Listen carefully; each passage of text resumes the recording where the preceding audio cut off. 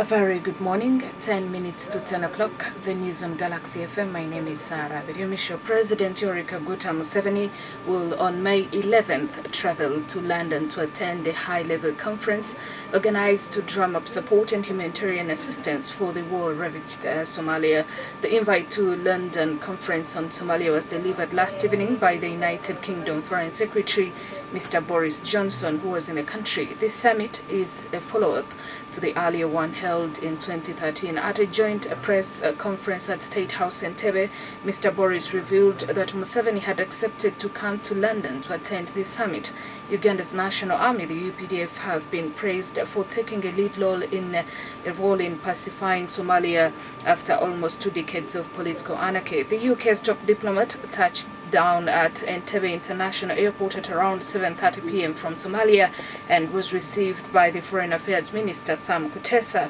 Before the press conference, the two principals held closed-door meeting, which was attended by, among others, Sam Kutesa, the Attorney General William Byarhanga, and the Security Minister Henry Tumukunde. During the meeting, President Museveni said they largely discussed trade between Uganda and UK that recently divorced from the European Union, and all reversal attempts have so far encountered headwind Somalia and other hotspots on the African continent. From Uganda, Mr. Johnson left at around 4 a.m. this morning, heading to Kenya. Members of Parliament have described the late Cyrus Amodoi Imalingat as a calm and focused legislator who is passionate about the well-being of the people he represented. Amodoi, the Toroma County Member of Parliament, was among 10 people who perished in a motor accident at Chitugoma in Buyikwe district along Kampala-Jinja Road on Tuesday night. West Budama South MP Jacob Oboth described the late Amodoi as a calm legislator, relating his death while in a taxi to this personality. It's very unfortunate, and he was very articulate. He had no his mind. Even in last parliament was independent, just like I was, and even this parliament was independent. So we've lost a young man, and it's regrettable that he died in a public service vehicle. That should go on to tell our people that, yes, why would a member of parliament be using a taxi? We were given half of the car. The car has been given piecemeal. So probably only purchased the engine, now is waiting for the body. Former County MP Robert Kafelo Sechitoleko said the late Amodoi was a young, energetic and patriotic MP who thought many would benefit from his service as a legislator. I am sure we are going to miss that young man. He's a very young, energetic and patriotic MP. Amodoi was focused. He's a fighter, by the way. He was in the army before he became an MP. You can see that he really wanted to contribute towards the development of Uganda. There's no doubt we are going to miss him. Aru South Member of Parliament Odonga Otto recounted when the late Amodoi chose him as his lawyer during the 9th Parliament. I think it is unfortunate. I know him so well. He chose me to be his lawyer when he was arrested in Pade in the last parliament. And I represented him, and he confided a lot in me. First of all, while he was in Pade prisons, he refused to eat any food because he told me there were people who wanted to kill him. So we had to use my infrastructure to send him dry rations, and he would only accept food from me. So I'm not blaming anyone, but I'm saying there was some degree of paranoia the way the MP was living his life. So if today we hear about accident in a taxi, I think that is the same paranoia I saw years ago in Pade. Former Kabaramaido woman MP Florence Ibi Ekwao also said the late Amodoi was one of the legislators who always spoke his mind, describing him as a nationalist. Even after retiring from the army, once in a while when he saw issues going wrong, he would not hesitate. He always spoke his mind even on the floor of the house amidst some intimidation at times. He was this boy who really minded about us. So he was a nationalist. He tried as much as possible. He did what he could. It's very, very unfortunate that this Jinja Road has continued. What they are doing on Masaka Road in regards to road accidents should be extended to Jinja Road, because that stretch of the road between Namataba all the way up to Jinja is not safe. So may God rest his soul in eternal peace.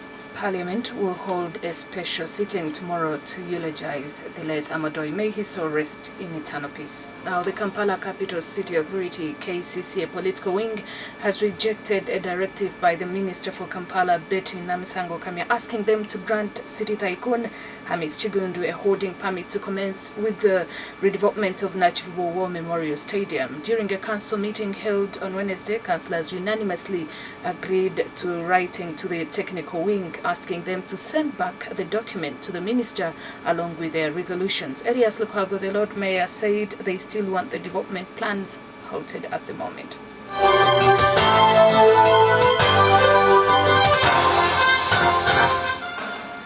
Lukwago told a reporter that councillors have tasked the Director Legal to exploit options of suing Ham Enterprises and Agagwirrawo Memorial Management for evictions. The officer in charge of Nkozi Police Station in Impigi District, Assistant Superintendent of Police Moses Muhindo, who allegedly commanded and involved himself in assaulting 2 journalists at a graduation ceremony on Tuesday, has been suspended. Mr. Muhindo has been called back to Katonga Region Police Headquarters and replaced with AIP Ambrose Barije, pending further inquiries of allegations that he assaulted Mr. Matthias Maziga, a New Vision reporter and Pade Bukenya correspondent at Bukede newspaper, and destroyed one of their cameras. The incident happened at Nkozi Village, Nkozi Sub-County, during the 22nd graduation ceremony of the Uganda Matters University, just days after the former Old Kampala DPC Joram Westje was convicted of assault and sentenced to a fine of 1 million shillings and another 5 million shillings as compensation to his victim Andrew Lwanga, a journalist formerly working with the defunct WBS television. Mr. Bukenya told reporters that he was feeling pain, especially in the chest and ribs. However, Muhindo blamed the reporters for defying security guidelines when they were told not to enter the campus with their gadgets of work and tried to resist.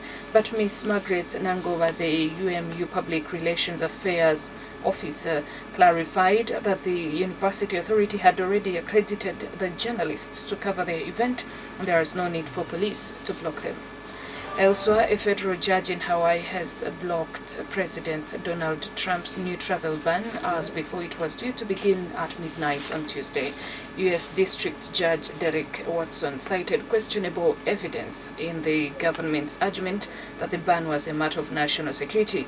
President Trump described the ruling as unprecedented judicial overreach.